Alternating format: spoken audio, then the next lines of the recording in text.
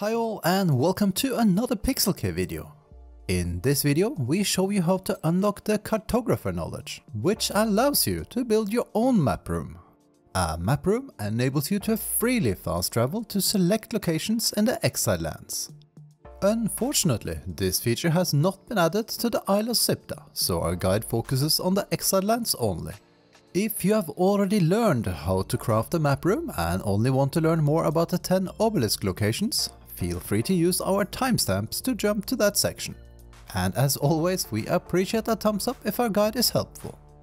On a related note, with the introduction of sorcery, there is also an alternative way to fast travel, though we won't be covering transportory stones in this guide. Okay, let's get started. Throughout the world, you can find multiple obelisks which serve as fast travel locations. You might have already come across some of them. They are engraved stone monuments that begin to glow when you come near them and are shrouded in a purple haze. However, in order to use these obelisks, you need to first learn the cartographer knowledge. This knowledge will allow you to craft and place a map room that enables you to fast travel to any and all obelisk locations you have attuned your bracelet to. To attune your bracelet, you simply approach an obelisk and interact with it. We have mentioned purple haze. That's actually a source of corruption. When close to any obelisk, you will gain corruption, so it's never smart to hang around for long. Now to the cartographer knowledge. This knowledge can be learned at any level, and once learned, it's as well unlocked permanently. You won't lose it, even if you reset your knowledge. While a very convenient late game way to get around the map, the knowledge is likely not anything you should worry about picking up before you hit level 30. The NPC who teaches you the knowledge is called the Archivist and can be found in the unnamed city. While that is a higher level area, it's not very hard to get there if you're level 30 plus. Here's a shot from the area. The NPC is located close to the area's obelisk location, marked here. You need to get to the NPC through the entrance seen behind the obelisk. You should also interact with the obelisk, though that might be safer to do on the way out than in. Let's jump to an extreme bird's eye view. The most common approach to this area is from the east, that be through the wall here, or here, or even the more formal entrance as in the slave road which leads to the Dawn Gate. You then head to this set of stairs that lead you down very close to the obelisk.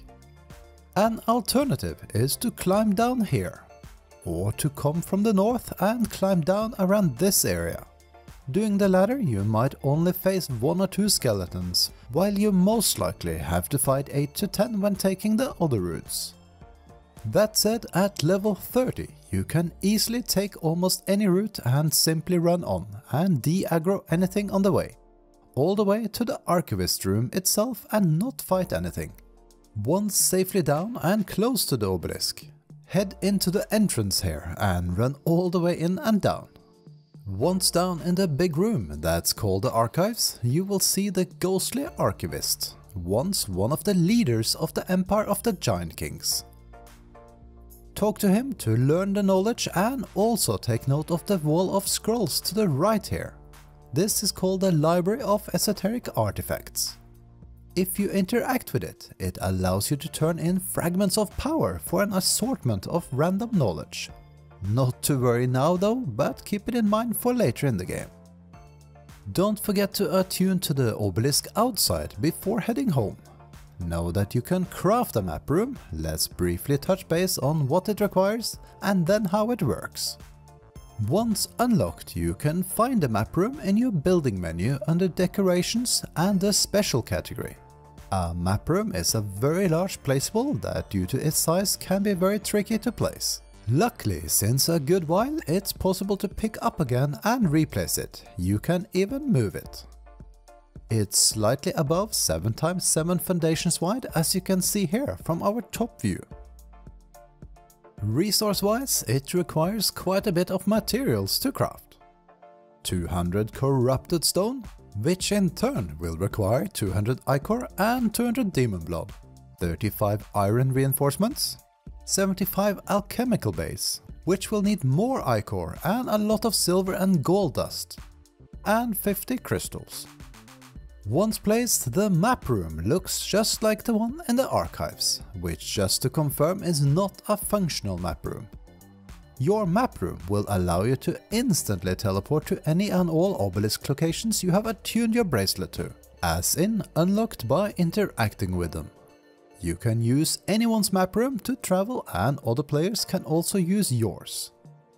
If your base is not too far from an obelisk, it could as well prove a quick way to return, but as mentioned, these are one-way trips only, from a map room to an obelisk and not the other way around.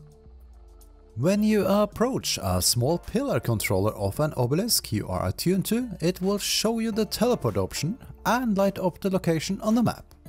However, if you approach a controller of an obelisk you are not attuned to yet, you will see the bracelet not attuned message and there's no light on the map. By the way, this map is a replica of the full real map and how it looked in the past, but you should still be able to recognize most locations over time, seeing it does not give them a name.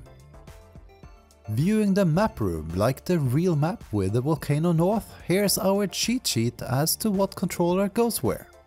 An obelisk will always be bound to the same controller, so the more you use your map room, the easier it will be to remember. Plus, each location or controller has a unique color that lights up the location on the map. Teleportation is free and almost instant, but as you pop up at the obelisk, there's a risk to get a tiny bit of corruption. You can build multiple map rooms, for instance on two sides of the map if you like. You can even travel encumbered if needed. You can also travel while on horse, with a follower, that be human or pet. And you can even travel with an unconscious NPC.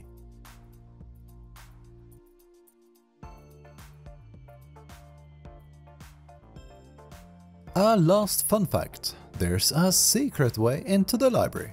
North of the obelisk and on top of the archives there's an air shaft.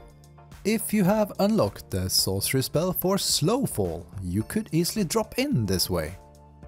With that covered, the last important step is to show you all obelisk locations, so that you can head out and unlock each of them and fully conquer the map.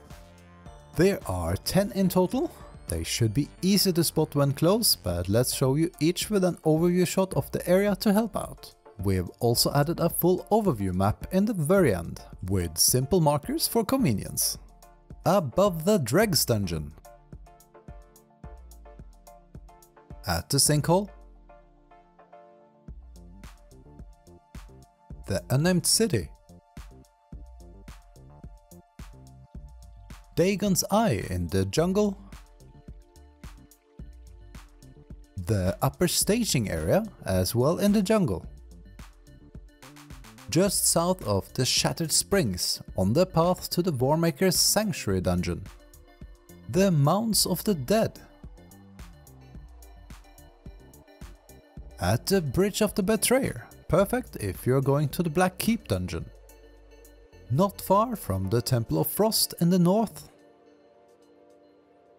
And there's also one for a quick way to the volcano.